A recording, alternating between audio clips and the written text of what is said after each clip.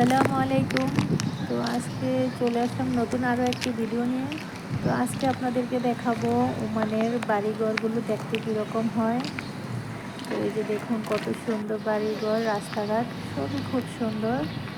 আর দেখুন বাড়ির সামনে হচ্ছে সুন্দর সুন্দর ফুল গাছ, ফুলের বাগান। আর হচ্ছে খেজুর গাছ তো থাকবেই যেহেতু আরব দেশ। আর বাড়ির সামনে থাকবে গাড়ি, এটাই স্বাভাবিক, মানুষের চেয়ে গাড়ি বেশি। দেখুন ছোট ছোট গাছে কত সুন্দর সুন্দর খেজুর ধরে আছে। এগুলো এখন সিজনাল, দেরি আছে পাকতে, আরও 3-4 মাস সময় লাগবে। এই যে দেখুন পুরো বাগানে শুধু একটাই ফুল, আর কোনো ফুল নেই। তো আমি কেন আসছি এখানে সেটা তো জানার অবশ্যই আপনাদের দরকার আছে। আমি এখানে এসেছি, আমার বাচ্চারা মসজিদে পড়ে এখানে, তো ওদেরকে এগিয়ে নিতে আসছি। যেহেতু আবহাওয়া একটু খারাপ, সেজন্য বাইরের পরিবেশে বাহিরে বৃষ্টি হচ্ছে একটু, সেজন্য আজকে বাচ্চাদেরকে আমি নিতে আসছি। তো ভাবলাম যে একটু ভিডিও করে নিয়ে। এই যে দেখুন আকাশের অবস্থা।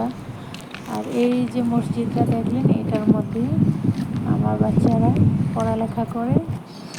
আর এই যে দেখুন কত সুন্দর সুন্দর ফুল ধরে আছে।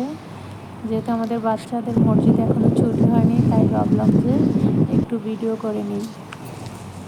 দেখুন ছোট ছোট খেজুর গাছে খেজুর ধরে আছে। আর একটা জিনিস, এই যে দেখুন এদেশে প্রতিটা বাড়িতেই অ্যাভেলেবেল আপনি অ্যালোভেরা পাবেন। তো এই যে আমরা এখন বাসার দিকে চলে যাব।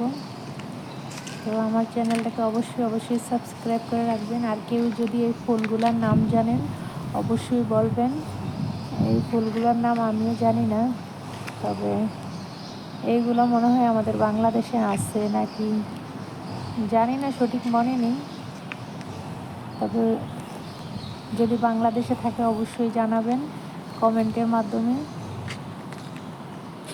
এই ফুলগুলো আমার ভালো লেগেছে, কালারটাও খুবই সুন্দর। এই যে আরেকটা ফুল। তো এরই মধ্যে আমার বাচ্চারাও চলে এসেছে, এখন আমি ওদেরকে নিয়ে বাসায় চলে যাব।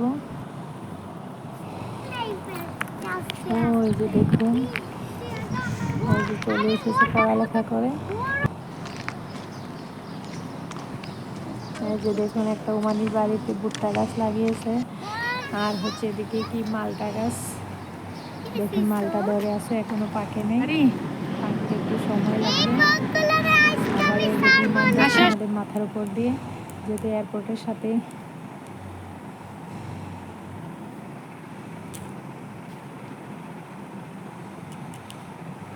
আমি কথা বলছি।